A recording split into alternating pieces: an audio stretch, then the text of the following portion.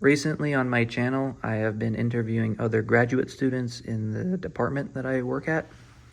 Part of the reason that I wanted to do this series of videos is because I wanted to see how they approach grad school life differently from me, as well as just, in general, get a new perspective.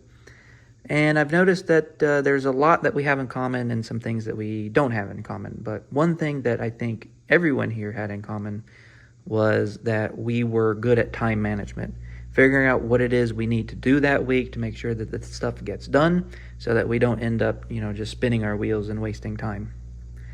And that's what I kind of wanted to do in this video, is to talk a little bit about time management.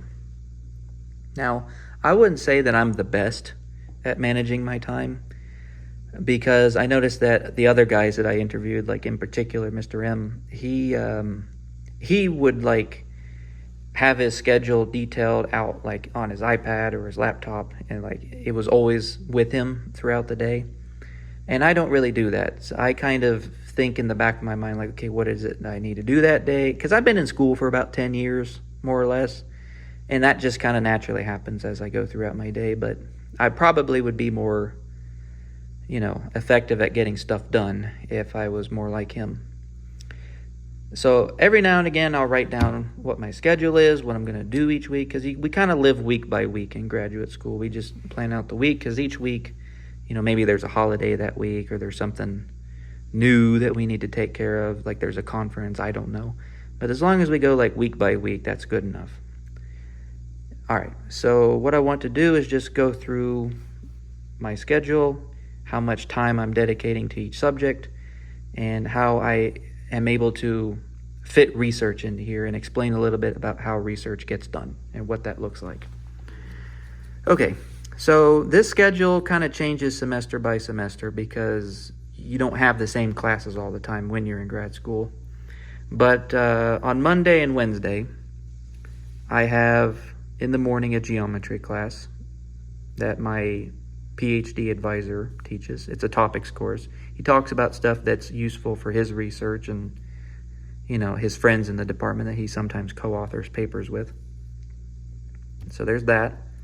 And then after that, we have the measure theory seminar. So the seminar means that we have a guest lecturer come in, someone that knows someone in the department gets an invitation. They come in, they talk about their research and what they do. In the beginning, this measure theory seminar was very difficult for me to follow. In fact, it would be weird if I understood anything. In the beginning, I really didn't understand anything in the measure theory seminar. But now, that I'm 3 years in and I'm familiar with their language, I tend to do better. I won't say that I'm perfect, but I can at least follow along with what they're saying. So there's that. And then after the measure theory seminar, I'll have my office hours where I help students with their homework or prepare for a quiz or an exam, depending on what that week is. And if no one really shows up, then I'll do lesson planning for the class that I teach on Tuesday, Thursday, which is the trigonometry class you see.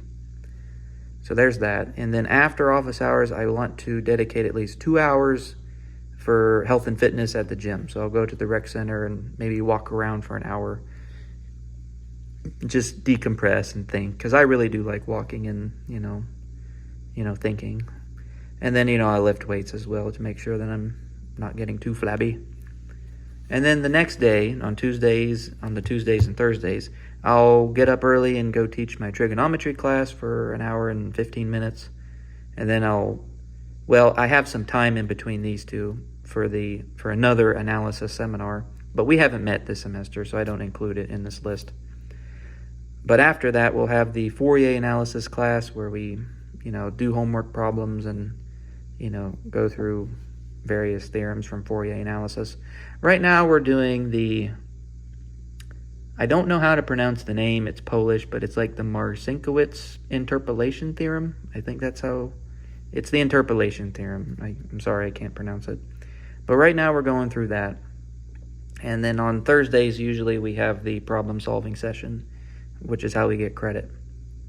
And then, I have the gym after that, so that's another 2 hours. And then on Fridays and the weekends, I don't have anything planned, so I just make sure I pencil in gym time so I know that I'm at least getting out of the house and I'm getting exercise and I'm feeling better. This is the table of non-negotiables in the schedule. This is what I do without compromise every week. And if we add up all those times, which I've listed here, so here's everything except gym. The reason gym's not there is because I ran out of room. I get about 13 hours worth of schooling and then 14 hours at the gym, which come to a total of 27 hours. So my week of non-negotiable, the non-negotiables come out to be 27 hours a week. And when you're a full-time student, GTA, you should treat your schooling like it's a full-time job, which means that you should strive for minimum 40 hours a week. And as you can see, I'm short 13 hours here. So this is where I put in, homework, problem solving, as well as research. I really should put research above homework because that's the whole reason we're here, is to do research. But, I can't just not do the homework because then I won't get credit for 4EA. So the minimum that you should strive for is 40 hours a week. So that's like 8 hours every weekday. You can throw some stuff on the weekend if you want. That's okay. And then the second scenario that you could strive for is if you want to be an overachiever is do 60 hours a week. And I put in quotations ideal because it may not be ideal for everyone. Because there's nothing on this list here that, talks about personal home life, because you have to pencil in time to clean the apartment. You have to put in time to, run errands, make sure bills are paid, do all that stuff that's outside of mathematics. And maybe something you need to decompress too. You just can't do math 24/7. A lot of the guys I spoke to in the interviews, a lot of them like video games. So they'll maybe pencil in some time to do video games or whatever. Watch TV, watch Netflix, I don't know, listen to music. So if you want to do the bare minimum, and I say bare minimum loosely, you should strive for 40 hours a week at minimum. How you want to put in research in here, which days you want to do research, I'll talk about later. But 60 hours a week, if you're serious about making sure progress gets made, then 60 hours a week is something that I think I should be doing. So I think number 2 would be ideal for me. I'll tell you a brief story that was mentioned in the most recent interview on the channel, if you recall. There was a guy that did his research with my advisor before me. And I spoke to him for the first time in Canada when we went to the Banff trip. So he was there, and I went to him and I talked to him for a little bit about, what his experience was like. And he said for 2 years when they did research together, he didn't get anything done. And it wasn't that he wasn't working either. He was working, but just nothing was happening for 2 years. And then in the last year, stuff started to come together. So even though you may be doing 60 hours a week and doing plenty of research, you may not see the fruits of your labor until 3 years afterwards. So it's important to keep that in mind when you're working, at least 60 hours a week, is you have to be patient. Sometimes progress isn't immediately obvious when you're working. And also, my thesis advisor, told me that if you are working on a problem and it grabs you in a way, then the problem never really leaves you. So even when you're not working on it, with pen and paper at a table, if you're, walking to the bathroom on campus, it's still in the back of your mind and you're still kind of mulling things over. I think I think a lot of mathematicians would say that. But if you wanted to put it in, pen and paper forms, put a number on how much work you're doing, then go by all means, try and do at least 60 hours a week. And then the third option is for the type A personalities, people that are serious about math. That is their jam. They don't want to do anything else. They do 80 hours a week, and that should be the maximum, because if you do anything more than 80 hours a week, then you're basically cutting into sleep time. I mean, these people that do 80 hours a week, they're doing one of two things. They're either asleep or they're doing mathematics, aka their work, whatever it is. And most people, graduate students, don't do this. Graduate students probably go between 1 and 2, I would say. They're either doing the minimum or working a little bit harder than the minimum. So 80 hours a week I don't think is it's something that I want to do. I think number 2 would be the healthiest solution for me. So that's what the workload looks like. Now, what does research look like for me and for other graduate students, and what time do I dedicate there, is what I want to talk about next. So for research, I would want to do at least a little bit of research every day, because if I skip a couple days, then there's a chance I'll just get lazy and not do it that week, and that's not good. So on Monday and Wednesday, those are my busy days. I think 1 hour of research a day should be, at least doable. Minimum 1 hour a day, which comes out to average of 2 hours. Well, not average, you add 1 and 1, you get 2. Come on. It's not that hard to figure out. And then for Tuesday, Thursday, I'll do 2 hours a day for 4 hours. And then Friday, I'll throw in at maybe 4 hours because I'm not really doing much that day.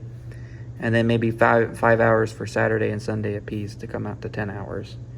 Which means for 1 week, I'll do 20 hours worth of research.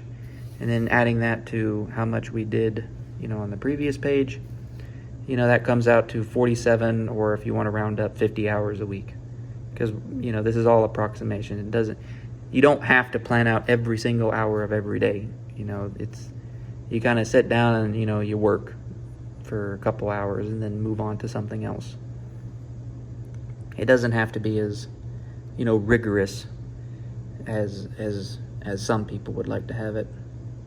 So 50 hours, that's pretty good, between 40 and 60. And maybe 1 week I'll, feel extra, spunky and do more work and get up to like 60 hours. Especially if I have a problem that I'm really passionate about and I think I can make reasonable amounts of progress on it. Because that's kind of happened to me recently. My advisor gave me a problem that I kind of like, and I think I can make something of it. So for me, I think 60 hours a week is attainable, but I'll settle for 50. Now, what does research actually look like? I think I've talked about this a little bit in an old video, but I'll go through it again because now I'm actually, legitimately doing research. Usually he'll give me like a couple papers that are of interest to him, and he'll say, here, read this paper and present it to me in my office on Thursday or whatever. That was 1 week we did that. And then another week he'll say, here, read this section in this book because I think it will help you, solve the problem, or at least nudge you in the right direction. It'll help you think like the people that do research in this area. And recently he wanted me to prove to him in his office the 3 theorems of Dupin.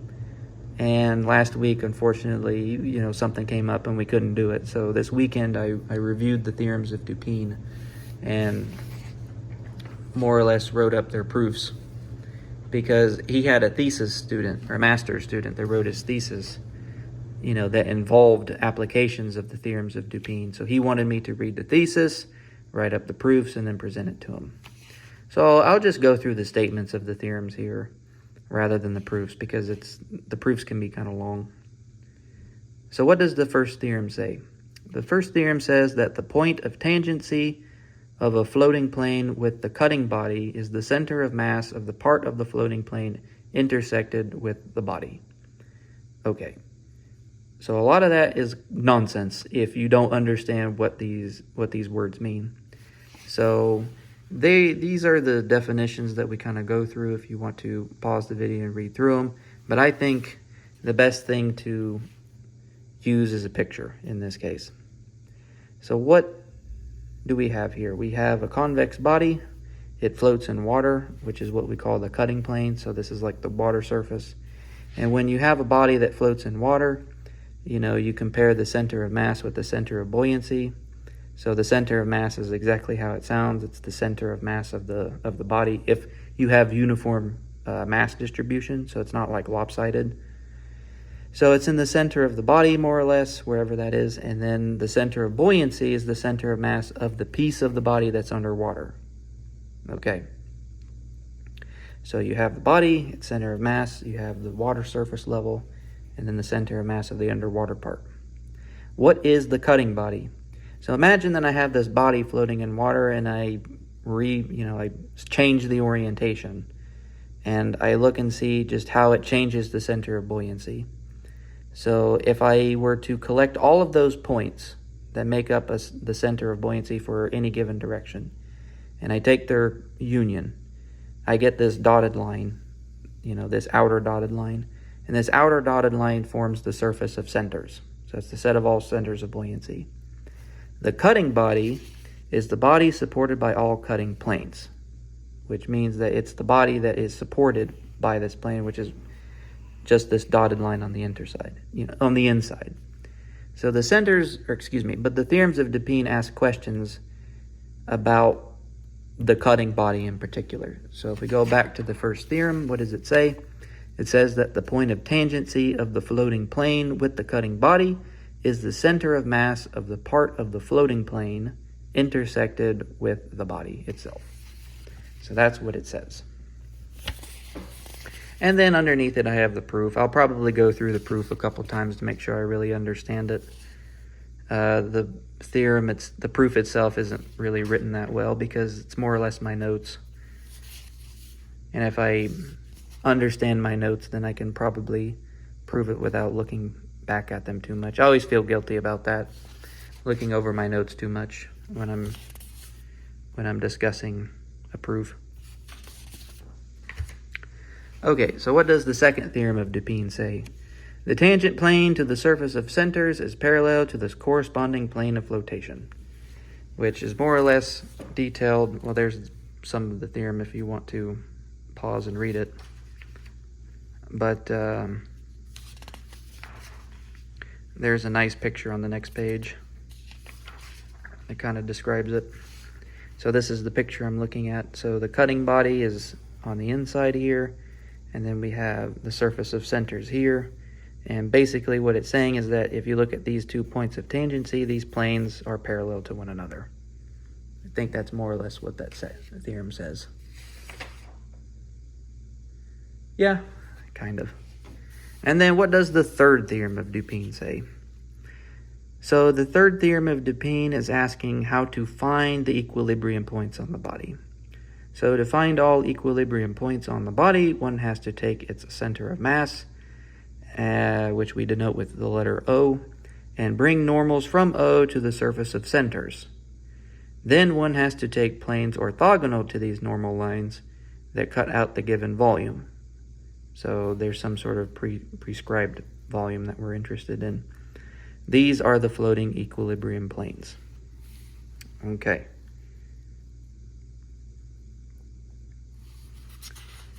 So I remember this proof is pretty short. Yeah, you can see it only takes basically 1 page, but it invokes the 2 Archimedean conditions. The force acting downward from the center of mass must equal the force acting upward from the center of buoyancy. That seems more or less obvious. And the line connecting these 2 centers must be perpendicular to the water surface. Okay, so you can see here there's a lot of physics involved in his research. And if I'm being completely honest, I don't much care for the theorems of Dupin. I mean, I know they're important and I should care, but I don't know. It doesn't grab me like some other results from convex geometry.